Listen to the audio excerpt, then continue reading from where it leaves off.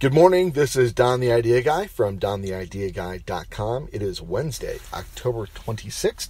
This is episode 32, and here's what's running through my mind.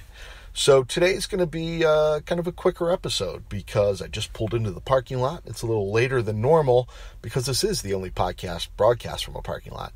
But it turns out that the highway that I took to get here this morning was actually a parking lot in its own right. A couple of times I almost just opened up the podcast app and started recording while I was driving because it was just moving so slow. It was a good thing I had a very tall travel mug filled with my Drip Joy coffee, which is our sponsor. If you want more information on our sponsor and the dark roast Daydream that I'm drinking this morning, which has turned out to be my favorite roast so far of the four, you can visit dontheideaguy.com/dripjoy.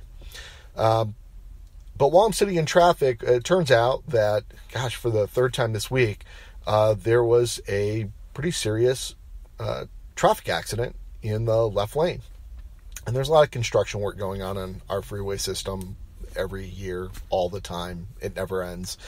But it still seems that our city drivers have not mastered the ability to, not drive like jerks. So part of the trick is this even split of courtesy and boldness, right? Because you want to make sure that you're maintaining a speed that is safe and not slowing everybody down. But at the same time, you want to make sure that you're courteous enough that when lanes do need to come together because of an accident shutting down a lane, that you're allowing people to merge in. And, if people would do that whole zipper technique of every other car, you move a car in, every other car, you move a car in, that would be great. But then you have the jerks who, need to screw up the system, so they force a second car into that zipper. And what happens when you try and close two teeth into a zipper out of order? It jams, and that's what happens on the highway. So then the next guy doesn't want to let another person in because two got ahead of him, and it's just a mess. And merging is something that people just don't seem to grasp on the highway, but it's also an important lesson to apply from a creative standpoint. I'm a pretty firm believer in the fact that there are no new ideas. It's very difficult for you to convince me that there's a new idea that's never been heard of before. Because to me, the real innovations come from the merging of two disparate ideas, perhaps from two completely unrelated companies, or from one industry taking an idea from the past and an idea that is just now coming into its own and combining those ideas to come up with something new. And new's a relative term, right? It's there's a rash of new businesses, and the idea is usually a combination of something older. And the best ideas, the most popular ideas, tend to be a combination of maybe two or three different concepts that you Frankenstein into something new. Last night, I had a blast being part of a panel that did a Beerstorm, coming together over beers to come up with ideas, in case that term isn't obvious. A Beerstorm for a group of local podcasters. And it was myself as the idea guy. There was a guy locally with a media company that's building a local podcast network that I think is an interesting concept. And a graphic designer, ex-radio guy, and one of my favorite people to brainstorm.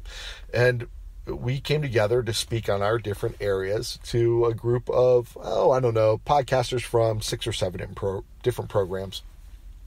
And it was a blast. I love, towards the end of the format of these things, where I just get to take the leash off and just full bore bounce around ideas.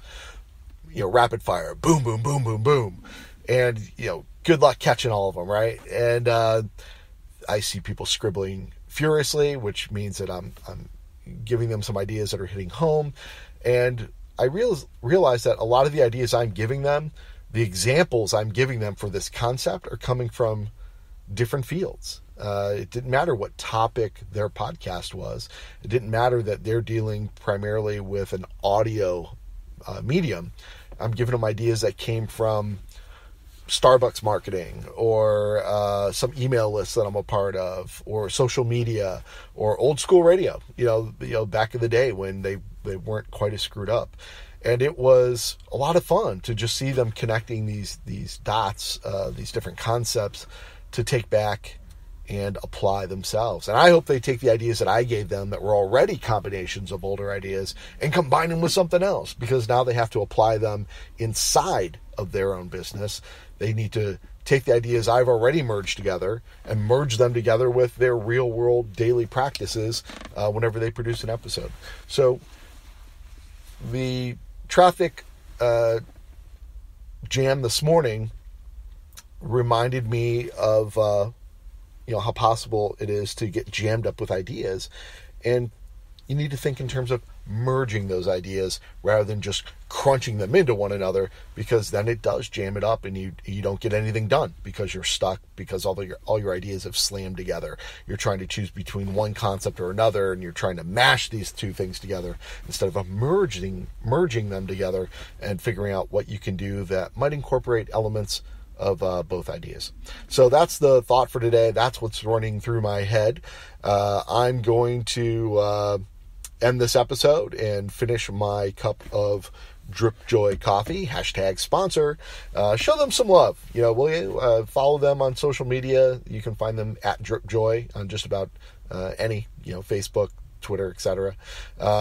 You can click through to their website to learn more about the blends from dontheideaguy.com/dripjoy. And I will be back again tomorrow for a Thursday episode of Running Through My Mind.